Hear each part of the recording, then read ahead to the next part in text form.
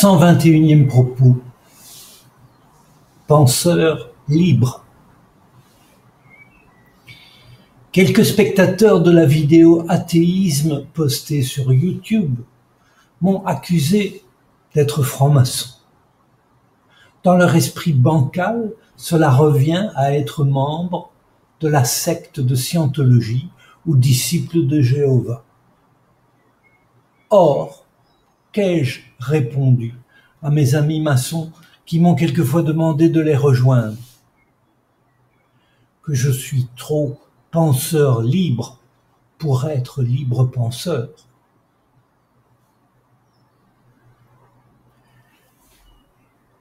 « 122e propos. Où elle est, grand-mère? Dialogue. Dis, papy, où elle est, grand-mère? Tu sais bien qu'elle est morte. Oui, je le sais. Mais où est-elle maintenant qu'elle est morte? Les gens qui sont morts n'existent plus. Et par conséquent, ils ne sont plus que dans la mémoire de celles et de ceux qui les ont connus. Il nous en reste des images. Ça n'a aucun sens de se demander où se trouve une personne qui n'existe plus. Qu'est-ce que ça veut dire, papy? Ne plus exister? Ça veut dire être décomposé. Dès qu'un être vivant meurt, il commence à se décomposer. Ainsi, hier, tu mangeais une pomme. Eh bien, aujourd'hui, cette pomme n'existe plus. Tu l'as réduite en bouillie dans ta bouche et ensuite, ton estomac et tes intestins ont continué de la décomposer pour récupérer l'eau, les sucres, les acides, les protéines, les vitamines et même quelques métaux qui sont du carburant pour ton corps. Les fragments de pommes que ton corps n'utilise pas sont rejetés dans ton pipi et ton caca. Est-ce que tu penses que mamie est devenue du pipi et du caca comme la pomme que j'ai mangée? Mais non, voyons, personne n'a avalé ta grand-mère.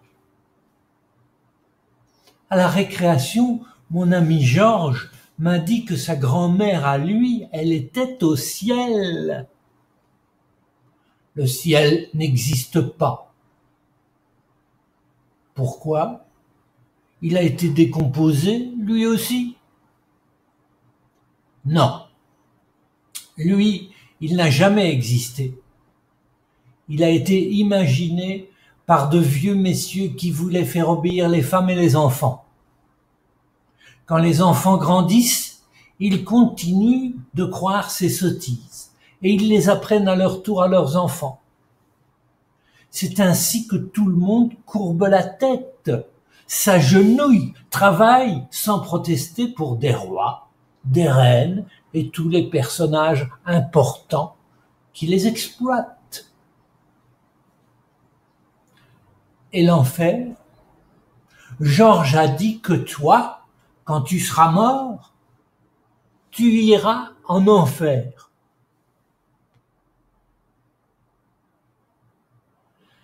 Rassure-toi, personne ne peut aller dans un lieu qui n'existe pas. Mais si ça existait, j'aurais bien plus peur de me retrouver au paradis. Pourquoi? Parce que j'y retrouverai certainement ta grand-mère.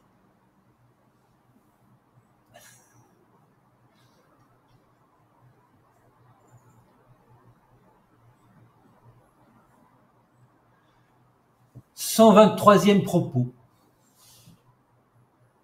Compagnon de la toupie.